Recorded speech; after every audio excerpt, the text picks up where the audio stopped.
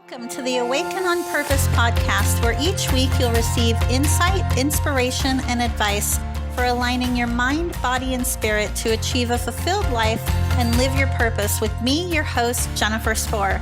You'll also hear from other leaders who share their inspirational stories and wisdom in living fulfilled, on purpose, and making an impact. If you're a mission-driven leader and you're passionate about learning and integrating all the things that empower you to live and lead a fulfilled, purpose-led life, this is the show for you. Hey everyone, I'm really excited to welcome as a guest to the show today, Christian de la Huerta. He is a sought-after spiritual teacher, personal transformation coach, and leading voice in the breathwork community. He's traveled the world offering inspiring and transformational retreats, combining psychological and spiritual teachings with lasting and life-changing effects. And you also have a book out, which I'm really excited to talk about today. Welcome. Thank you so much, Jennifer. I'm really happy to be here with you on Awake and On Purpose. Yes, thank you so much. So I'd really love for you to share. I mean, you have such an extensive background, tell us a little bit more about the work that you do and what inspired you to get into this work. Well, I've been doing transformational work for the last, it's been over 30 years now. And I think what drives all that I do, whether it's retreats or workshops, I take people on spiritual adventures, different places in the world, whether it's the books or my year-long coaching program that's virtual now. I think what drives it all is paraphrasing Einstein, who said something to the effect of that you can't solve a problem from the same level of consciousness in which it was created. So when I look at the world and humanity and all the problems that we're facing, any single one of which is completely overwhelming, like, what can we do as individuals about climate change, just to pick one. So when I look about all that, I think the only way that we dig ourselves out of this hole that we collectively have dug ourselves into, it has to be thinking out of the box. It has to be, a leap in consciousness, a spiritual revolution, if you would, something that's going to shift the way that we think about ourselves, each other, and the world, and nature by extension. So much so. That's one of my favorite quotes. And even, in the word revolution is evolution, right? Yes. And that's really what it takes is, in order to get those different results, we really do need to take different actions. I think it's, been apparent for quite some time, just at a collective level, that a lot of the systems that we have in place or ways that we've been living haven't been working. I think, I really believe that most people have good intentions and that they want to do something to make a difference, but it can sometimes feel overwhelming, all that's swirling in the world. Yeah, and so then that totally makes sense that you feel that way, because it's implicit in the title of your podcast. Because if what we're looking for, if what we're supporting, if what's needed is a spiritual revolution or a leap in consciousness and evolution, as you say, then that means waking up and stepping into our purpose. What are we really doing here at a soul level, at a mission level? And if there's anybody watching this or listening to this who has had the slightest suspicion, any inkling that they have work to do as in that area of supporting that spiritual awakening, whether it's teaching or healing or just being a catalyst for change, like this is it. This is the time that we've been waiting for. Absolutely. I'd love to just dive a little bit deeper into that, because what I find, because I work with clients as well in terms of helping them align, with that higher purpose and the mission that they're here to fulfill. What are some signs that someone can look for? Because often when someone's feeling called to travel a greater path or to make a bigger difference, at first they can think that they're making it up, right? It's like, who, me? So what are some signs that someone can look for. Do you mean to know what their purpose is, or to know they're on the right to track? know that they really are being called to something greater. Yeah, I also do retreats and coaching on that theme.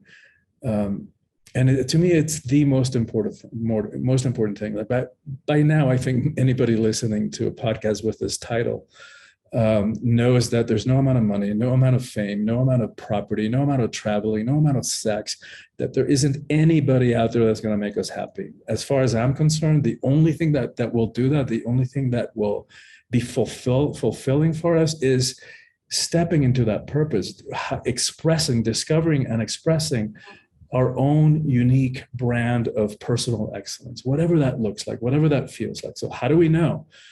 So there are important questions, that will point that way, because it's that knowledge is inside. Nobody else can tell us what that is. But some things to look for is like, what is it that when you're doing that, time stops, right? You just popped out of time and 3 hours went by and you were like just totally immersed in it, absorbed in it. What kind of feedback, right? So some of it is internal information, intuition, gut feeling. Some of it is external validation, just the signs and opportunities that present themselves. What kind of feedback do we get? Ever since we were kids, people just say stuff like, oh, you should be doing that. You should be doing this. Why don't you do that? It's like, not to necessarily go by what they're saying, but keep an ear open, because if you hear that 2, 3, 4 times, then you might start paying attention. And here's a great one to which I often ask people when they can't get to the clarity is, how did you play as a child? Mm. And it doesn't always work, but I can't tell you in my retreats how often I ask that question. And then 10 people will raise their hand and say, well, when as a kid, I used to play school, and I used to line up my stuffed animals or the neighborhood kids and teach. And now they're teachers, whether in the formal educational system or teaching spiritual stuff like you and I do. It's really interesting. The connections. That's so true. I'm thinking back as you're talking. When I was a young girl, I did want to be a teacher. Interesting. Yeah. And I was also always the go-to person. When I was a kid, that people came to for advice. So yeah, what you're saying is me too. Even older people. Yeah, exactly. What you're saying is so spot on. I also feel that because a lot of people ask, how can I navigate best through these uncertain times? And I often tell people really just what you just shared, which is that, having a clear sense of self enables you to be grounded to really navigate anything. It's all about that. That's the starting point for all of it, whether you want relationships that have a chance at working, or whether you want to have a sense of personal empowerment or a life that is full with meaning and purpose. It all begins with self-awareness, and which leads to self-acceptance, and then hopefully to self-love. But it has to start with self-awareness, because we can't do anything about what we're not aware of. And we have so many blind spots. And here's another way to go back to your previous question about how we know. It's really important to understand how the ego mind works, because that is the part of us that sabotages our happiness and our fulfillment and gets in the way of our relationships, sometimes sabotaging those even before we get started with them, by falling for, subconsciously, of course, with people who are not available, people who are not a match. So understanding how the ego mind works is critical. That's why I do that. I cover that in every single retreat that I do, no matter what the theme is, whether it's relationships or empowerment or women's empowerment or life purpose or whatever it is. I always teach that. So we don't have time to get into it, but here's a quick image. If you put a baseball in the center of a stadium, that's what the ego mind is. It's the false sense of self. Who we are is actually the stadium.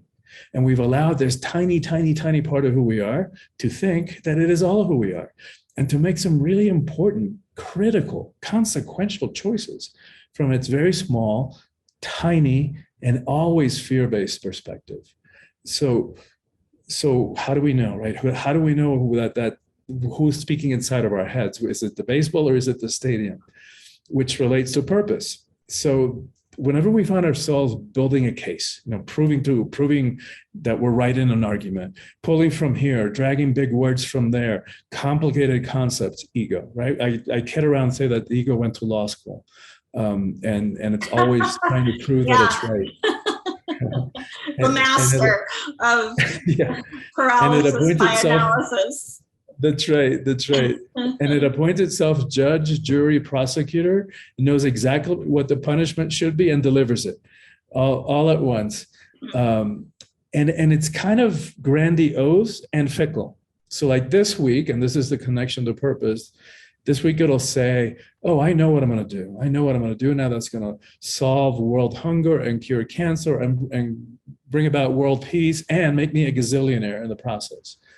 3 months later, it's like, no, this is not working. It's taking too much work. No. This is what I'm going to do now. That's going to solve all those problems and make me really, really ultra rich. So fickle.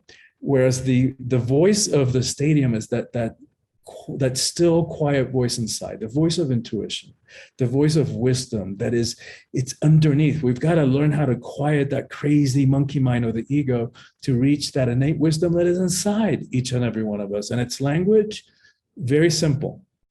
It'll say things like yes, or no, or do this, or I wouldn't go there. When do we get into trouble? When we override it and go there anyway, every single time. And so it's constant. So a year goes by and we've crashed 3 different projects that didn't go anywhere because we were so fickle and grandiose. And then that little voice is still saying the same thing. Do that, but quietly. So that's the benefit of practices like meditation or breath work or even just spending time in nature by ourselves so that we can access that deeper wisdom where all the questions to all our answers are. Absolutely. Help the answers to all the questions. Yes, absolutely. And creating that space helps to forge a deeper connection with our intuitive voice. Exactly. And learning how to recognize that as guidance, right? The difference between that and the ego mind is really key. I often tell people, the easiest way, just if you're kind of in the beginning stages of tuning into that voice, is understanding that the intuitive voice isn't going to be fear-based. Exactly.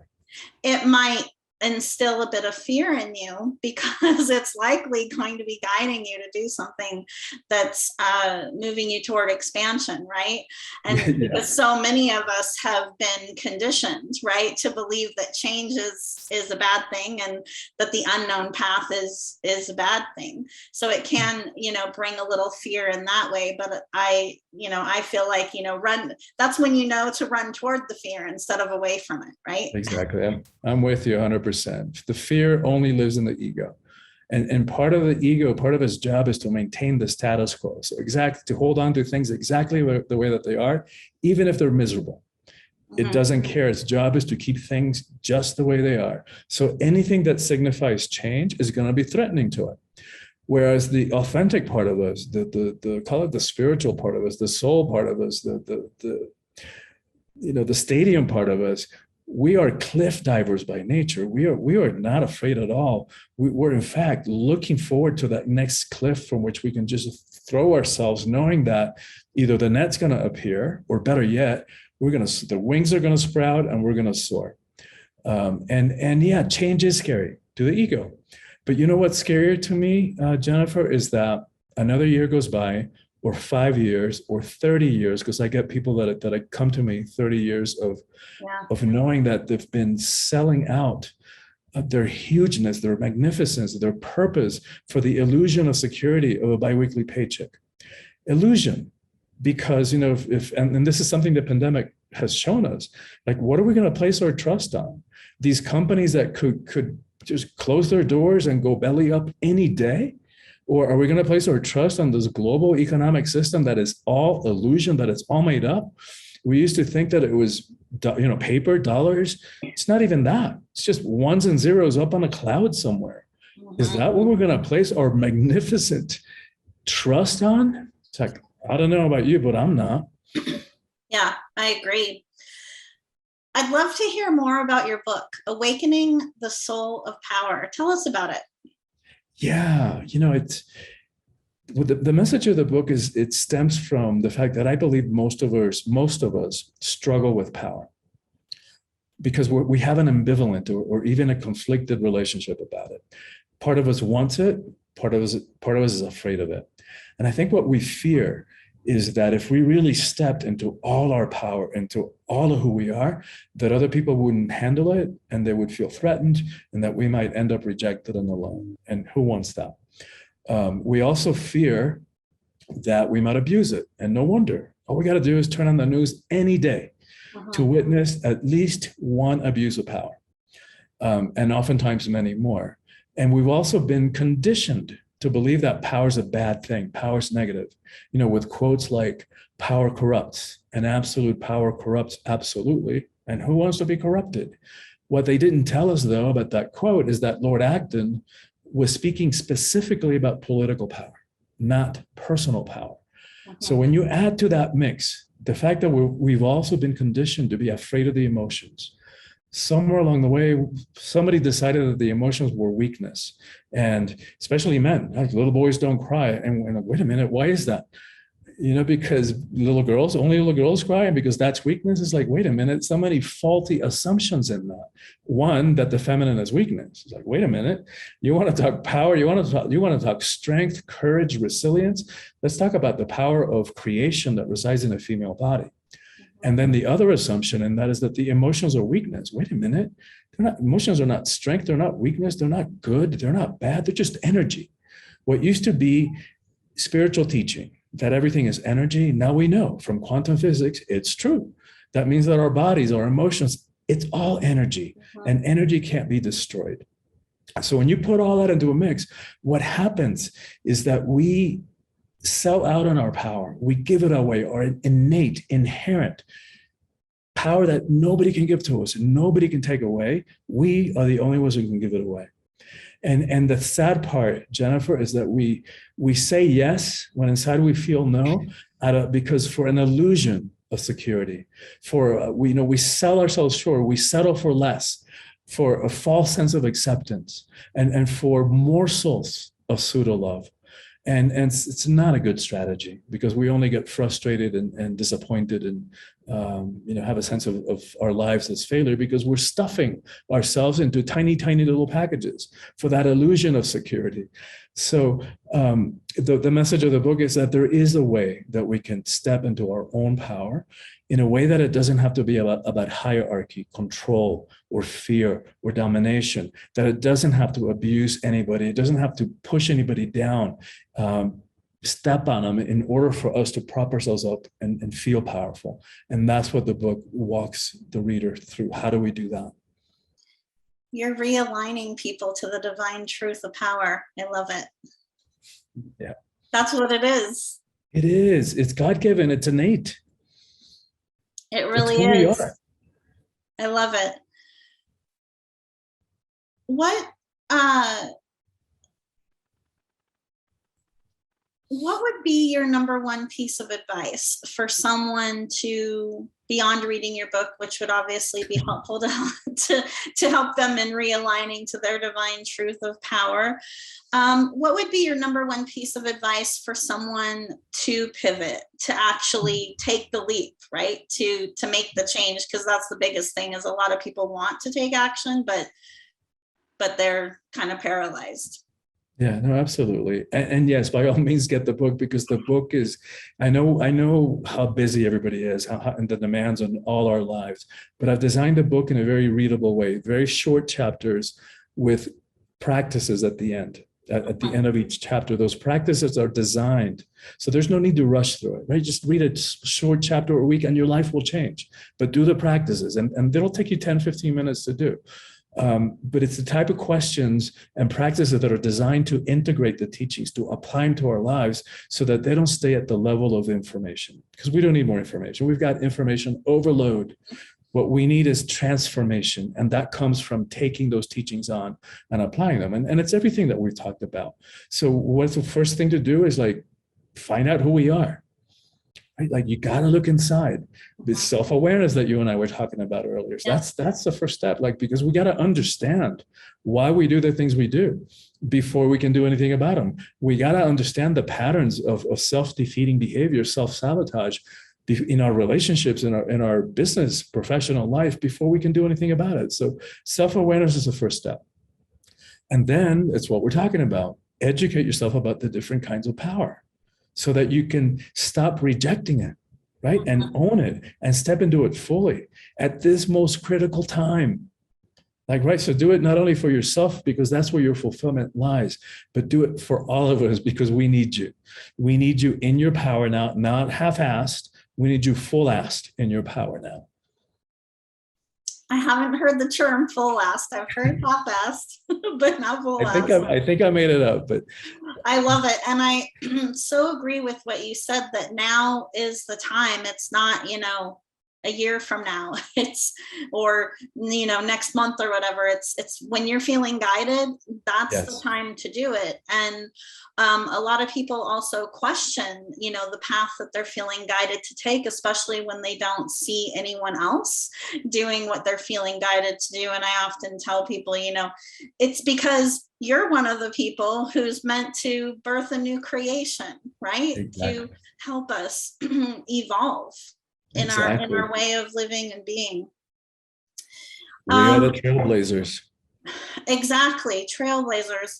I'd love to touch on relationships briefly. I'm sure you probably cover some of this in your book, but relationships can be our greatest teachers, as you know, and relationships can also be something that some people can really allow to hold them back, especially when they're looking at traveling a new path, and maybe the people in their inner circle aren't on the same frequency.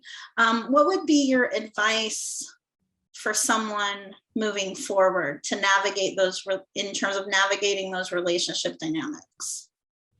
Yeah. And I do get into relationships quite a bit in this book. And in fact, the second book, the one I'm 50% done with, because this first book is part of a series of 3. The second one is all about relationships. How do we do them consciously, and how do we attract and nurture conscious relationships? So let's start there. What does it mean to have a conscious relationship? And if we're approaching a relationship in this way, which is the way that most of us have done it in the past, is like, you are going to make me happy. Hang it up. Forget it, because there isn't anybody out there that's going to make us happy. And it's not their job to, right? How unfair to put that responsibility on somebody else. You are going to make me happy. It's like, no. So if that's how we're approaching it, still forget it. Hang it up. So if we're approaching a relationship from the perspective of like, only I can make myself happy, and I'm very clear about that, that's like half the battle right there. Because then, whether a relationship works out or it fails, like when we look at it from that perspective, there are no failed relationships. As long as we're growing, as long as we're becoming more expansive, more aware of who we are, more loving, more compassionate, more empowered human beings, then there are no failed relationships. And it doesn't mean like a relationship has to last a whole lifetime till death do us part. No, I don't know who made that up along the way. To me, the measurement for a relationship is growth happening, right? Because we can't go by the ups and the downs, because sometimes like there's going to be ups and downs. And sometimes we want to bail when we're in one of the valleys in a relationship, when stuff is still happening and some great thing might come out of it. But because it doesn't feel good in that moment, we pop out and we go, looking for the greener grass somewhere else. So how do we know then, right? If we can't go by how it feels inside all the time, then to my measurement is growth happening. Mm-hmm. And as long as that's happening, then there are no failed relationships. So for me, when we approach a relationship that way, then they're great, right? A relationship can definitely add to the quality of our lives. There's a few feelings that are more juicy and exciting than that phase of being in love when in the beginning part of a relationship. And yet we know that part is illusory, right? That's to me and this is from the teachings of Scott Peck in The Road Less Traveled, where he has great teachings about love and what love is. And I'm kind of jumping around in this answer, but that's another critical understanding, because a lot of us will bail when the honeymoon ends, right? Whether it's 3 months or 6 months or 9 months, if you haven't moved in together, because at some point, like what he calls the honeymoon, the way that he talks about what that honeymoon phase is that in the beginning phase where there's the ego boundaries that keep us separate collapse.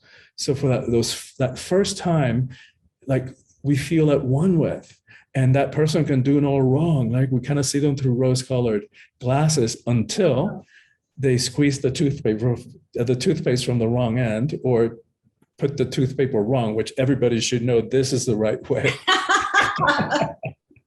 Right? And then that's it, right? The ego boundaries come back up, and then the walls come up, and then we judge them, and then they can do nothing right from that point on. And then it's, oh, where did the love go? And we bail, looking for that illusion of love somewhere else.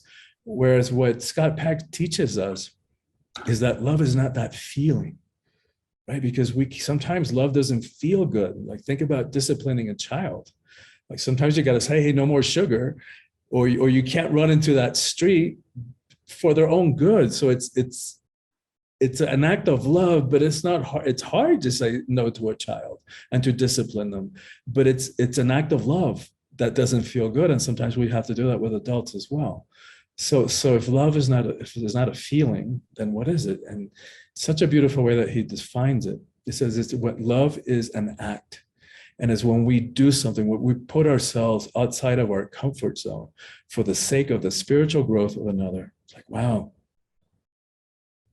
When we have to stretch beyond our comfort zone for the sake of the spiritual growth of another.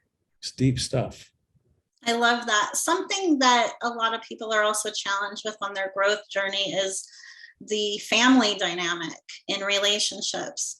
A lot of people have emotional attachments to labels, that's my brother, my sister, my mom, my cousin. I have to, put up with their behavior or whatever it is, for some reason, when it comes to that, even if someone does typically have boundaries in place, they have a tendency to lose them. What is your advice on navigating those labels and those dynamics? Well, what popped into mind when you were speaking was that quote from Jesus, and I'm going to paraphrase it because I don't remember exactly how it goes. But sort of that he came here with a sort of truth to tear families asunder, tear them apart. And of course, Jesus was an anti-family, or his teachings certainly weren't that. But I think what the teaching is, what he was pointing to, is that our commitment to ourselves, to our own process of spiritual evolution, to go back to that word, cannot be stopped by anything. We cannot allow it to be stopped by anything, no matter who is in our lives. Right. And yes, absolutely. Like the family stuff is like that. It's going to bring up our stuff. Who's going to bring up our stuff and our unhealed stuff? Our family, our parents, our kids, our siblings, and our partners, our lovers, our spouses. The closer they're in, the more their identity, the more that our identity stuff gets triggered. So doing both of that, right? Like nothing's going to stop me, and whatever choice I have to make in terms of my own personal freedom, and in the process, we also get to use, rather than blaming them and pointing the finger at the people in our lives, at our loved ones. You did this, you did that, you always do this, you always do that, right? That's the ego, always pointing the finger at blame. Whereas if we use the basic understanding of psychological projection, defense mechanism that judges and makes wrong over there what is also here. Right. So if you want to use your relationships, any kind of relationship, whether it's family or partners or lovers, it's a pretty safe bet. If it's there, it's here. Right. And so whatever they do that really bugs us, I'm doing in a different way. Or maybe the same way, or probably in relationship to self, right? Because sometimes we can't see, well, God would never do that. Yeah. But I would ask you, well, what about in relationship to yourself? right? Like here's an extreme example of that.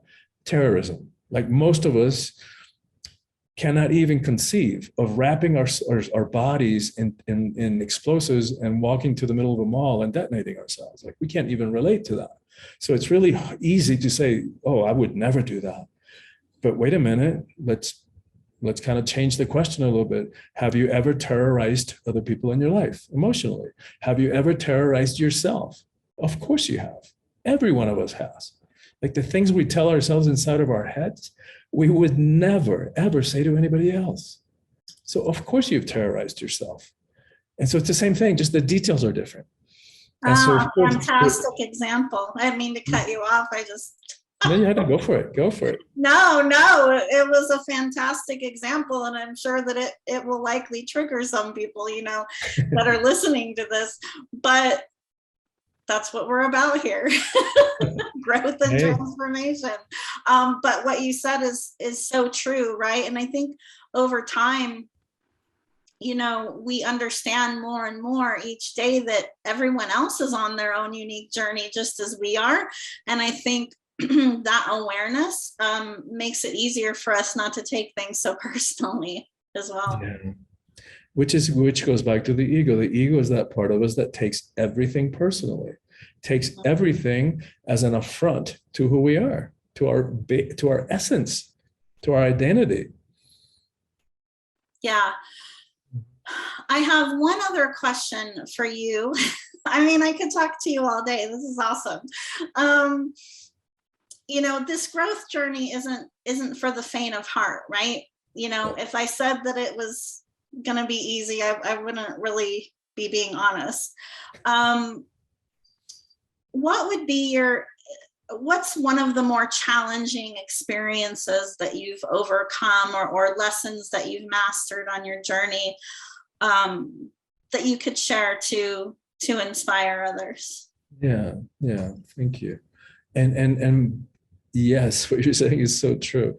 In fact, the series of the 3 books that I'm talking about, the series is titled Calling All Heroes, because what we're talking about is not easy. It's not for the faint of heart. It's nothing short of heroic. Like to go through life buffeted by life's curveballs, like anybody can do that. To react when somebody says something that's hurtful, anybody can do that. But to take a pause and to say, wait a minute, that hurt. How do I choose to respond rather than just that automatic reaction? You hurt me, I'm going to hurt you back. Like that's nothing short of heroic.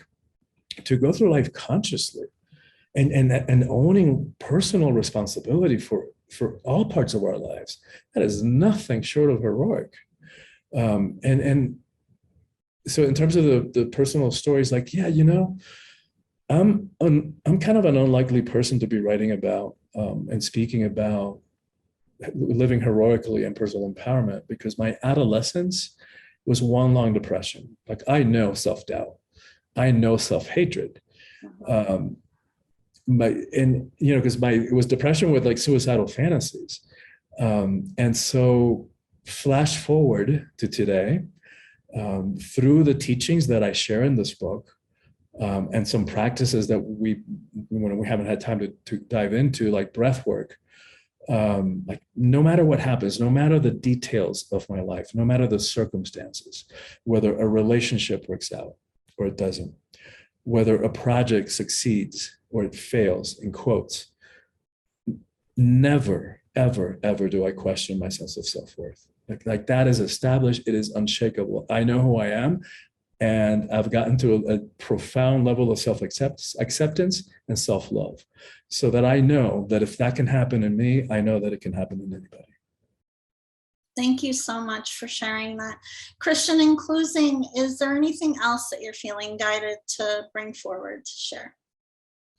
I think maybe just another word of encouragement, to do the work, that it's heroic, but it is priceless. It is like, there's no other, I mean, the rewards are so infinite. Like freedom, personal empowerment, peace of mind, the ability to choose who we are and to express that and to be that in the world, rather than being at the mercy of other people's judgments and expectations, and at the mercy of stuff that happened to us when we were kids. It's like there just aren't words. It's the sense of freedom and empowerment, priceless, just priceless. So it's very worthwhile work. So do it. It's worth it.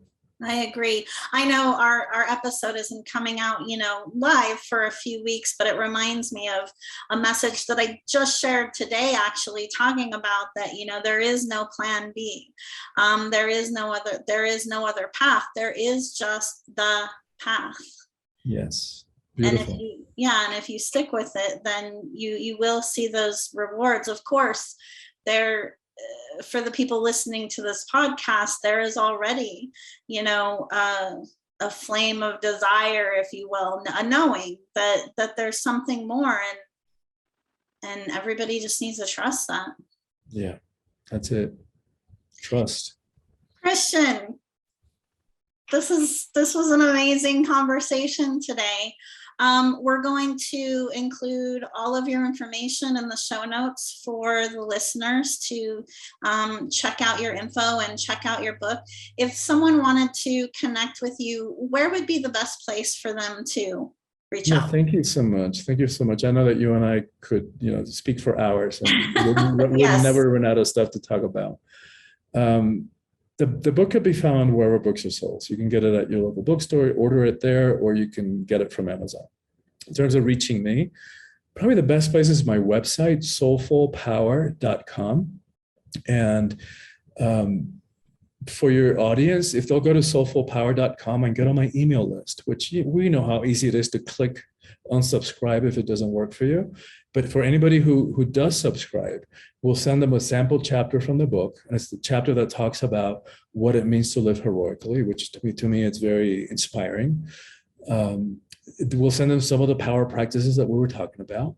And we'll send them a guided meditation that I created last year. So it's a recorded piece that's some teachings about trust, interestingly, and and a guided meditation designed to help us navigate these times of fear and chaos and uncertainty. So thank you for that question. And thank you, Jennifer, for having me on the show. I really appreciate it.